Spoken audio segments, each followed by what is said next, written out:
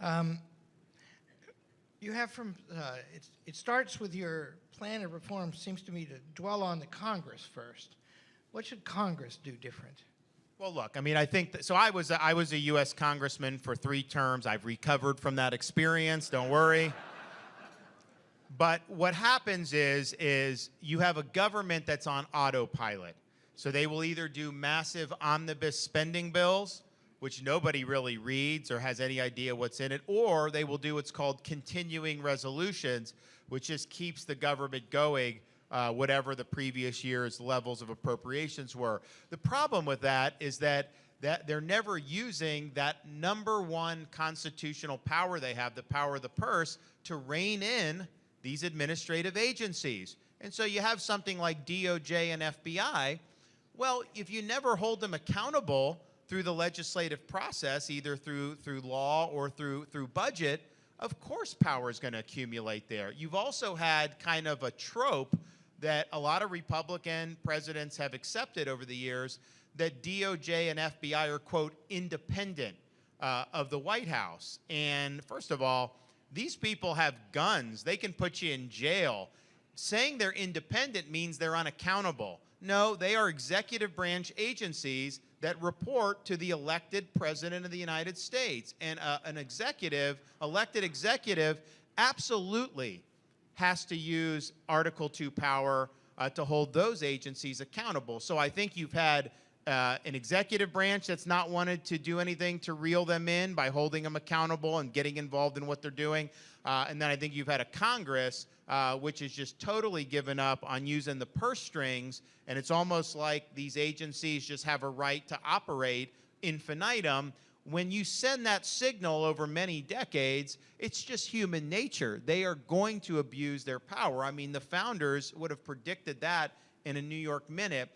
So I think that a lot of this is an abdication of Congress. If you're scared of a, quote, government shutdown above all else because you're worried about some bad news cycles, just understand you're putting that, I would say, very small political impulse ahead of doing your duty to ensure that our apparatus is constitutionally accountable. I'd rather have the fight to try to discipline the agencies and let the chips fall where they may than just allow the status quo to continue in the direction that it has gone in.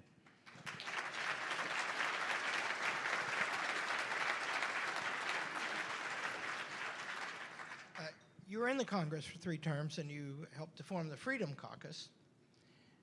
Are you optimistic that that's going to get better in the Congress? You know, I mean, there's sometimes I am. I mean, I think that the Freedom Caucus was based in, the D.C. hated the Freedom Caucus. I mean, K Street hated it, Republican leadership hated it, the press hated it, everybody. But basically, I think what we were trying to do is we were identifying what was kind of the fundamental problem with Republicans in Congress at the time. And the fundamental problem is there was a massive gap between what we would tell our constituents we would do, what they wanted to see us do, and kind of what the leadership was doing once everybody got to Washington. And that gap is just not the way you govern. I mean, you have to represent the people that sent you there. So if you're campaigning on all these things, you got to follow through on these things, and there just wasn't an appetite to do it. So that's why the natives and my constituents, they were like, thank for what you're doing, and they were so frustrated with a lot of the leadership and everything. So that was just the reality. So the Freedom Caucus is like, look, if we campaign on it, then we should do it. And you'll have these political consultants, they'll run campaigns for some of these members of Congress. They get a primary challenge or something, and man, they are as conservative as sliced bread during that primary, and then they get up, and then it's like, let's just let the swamp continue on. And so that was that real disconnect that we were trying to close. It was not necessarily terribly effective then. I think they've had some successes recently. But you say what you want about the Democrats.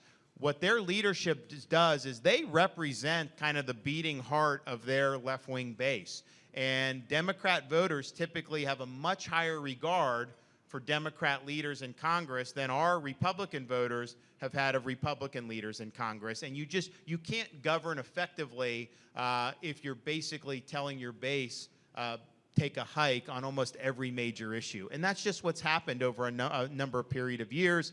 And so the Freedom Caucus is like, look, all we're looking at is what you said you would do. We're looking at your campaigns. All right, let's do it. And they didn't like that very much.